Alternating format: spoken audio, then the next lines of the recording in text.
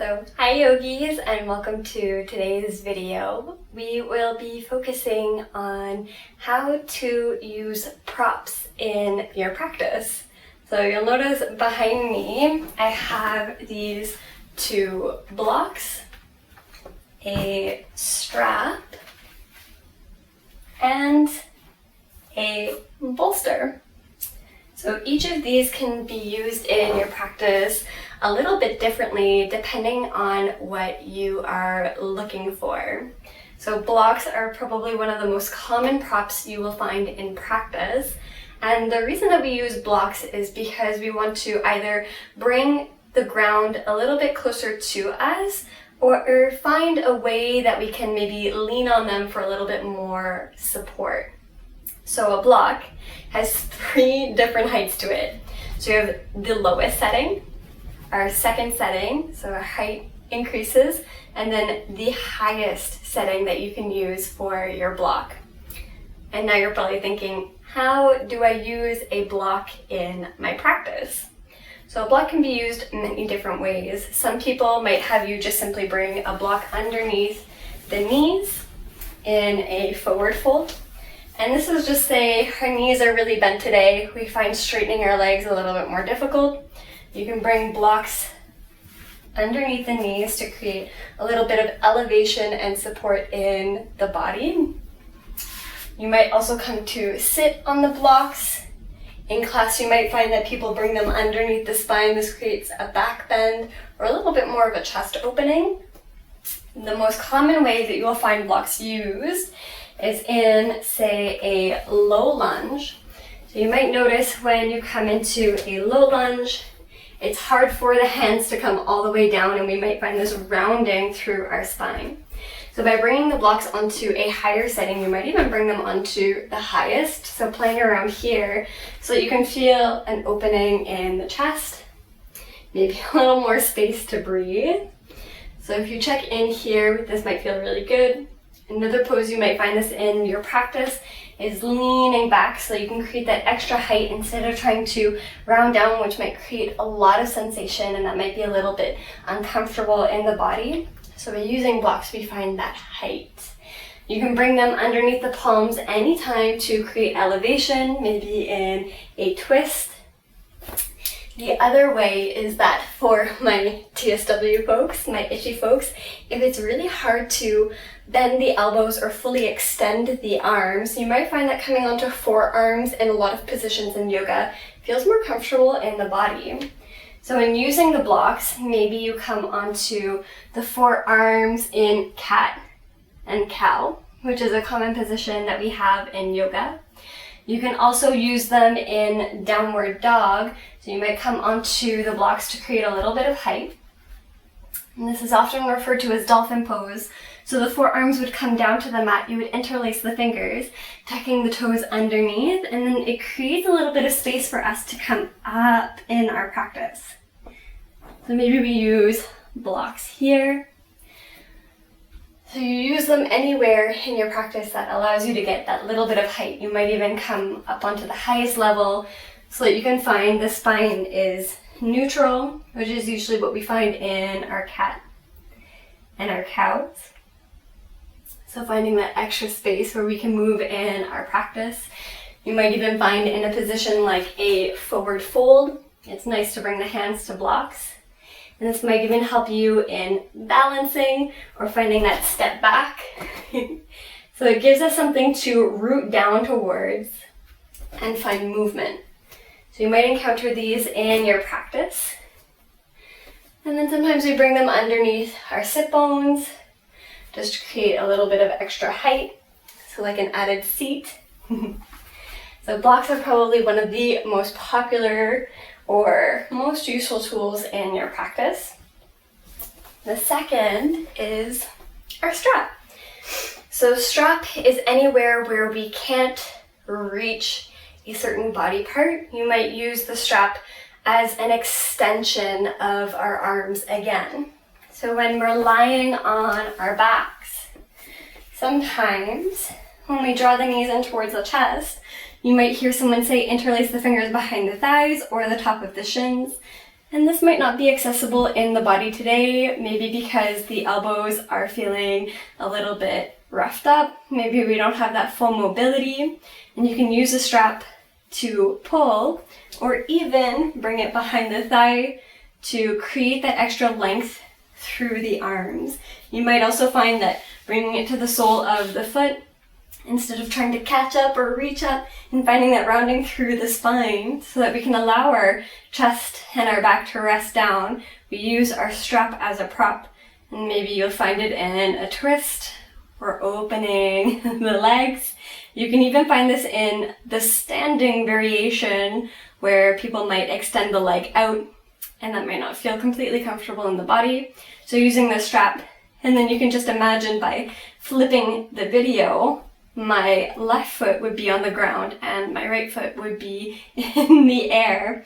So this allows us to kind of control our movement, find that extension, that length in our arms.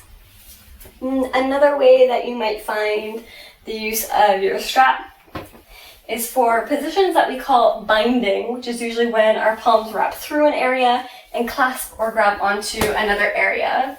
So you might find this when you bring one arm to the low back, reaching up towards the shoulders, and our second arm wrapping behind. So see my fingers touch here. And someone might say grab onto a piece of clothing. The second way would be to bring the strap into one hand, and then you would wrap up. So see how I have this extra length, and you might find the fingers travel down, and you shorten that distance slowly over time to the point that maybe the fingers touch. And maybe they don't, and that's okay. So it gives us that opportunity to meet our body where it is. And maybe notice if that length or that distance changes over time. And it might take a lot of time, and that's okay. The third prop of our practice today is a bolster. So this is often used in a style of yoga called yin yoga, where you tend to hold postures between 1 to 5 minutes. And because you do these without warming up, you're coming straight into the postures, sometimes our body isn't completely ready, and we might find that our flexibility or mobility in the class is a little bit more limited, and that's okay. We can use our bolster as a prop to bring the earth a little bit closer to us and a little bit of support. So you might find bolsters kind of like pillows and they might be firmer or softer. And think of it as a way when you go to maybe purchase one or look at them, do you want something that is more supportive, so firm, or something that's a little more soft and allows you maybe to sink in towards it, to soften, based off of what you're looking for out of your practice. So one way you might find a bolster is using it lengthened out in front of the body and in a wide-legged child's pose. So big toe mounds to touch, knees will come wide. You may bring the bolster in towards the body and then come to rest on top of the bolster. Maybe the arms extend out, maybe they don't. You can bring one ear to rest on top of our pillow, the bolster. And this is just a way that we can find length through the spine if this is more comfortable through the body. It can be a little more restful. Another way we might find our bolster is actually behind the spine. So bringing it to the top of our mat. Then we'll extend the legs out in front of the body. And then you'll keep about 1 inch away from the low back. And then line the bolster up with your spine. And then you would come to lie down on the bolster. Now mine has a lot of height to it, and you can find some that are shorter or more narrow or even square. And this just allows the chest to open. So for my TSW folks, if you have any issues with the shoulders or the neck, this might be a lot of sensation in the body. So even just using your pillow underneath the body here might be enough height to still get that same mobility, the range of motion that we're having happen in our body, and finding the variation that works for you. So think of it like levels. And we don't have to come into that full expression in the moment. We can work our way up to it, whether this takes maybe a day, a few minutes, maybe it takes a year, and know that that's okay.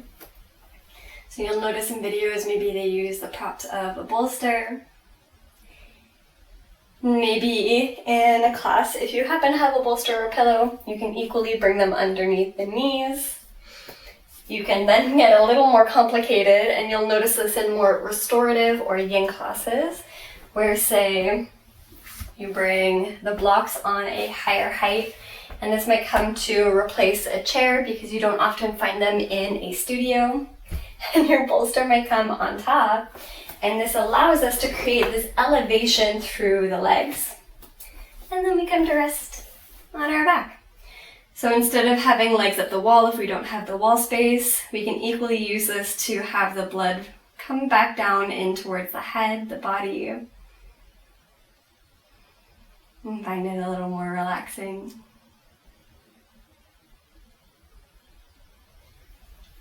And another way that we might use our bolsters instead of our blocks, we might find the blocks are a little hard sometimes, depending on the type of block that you go with.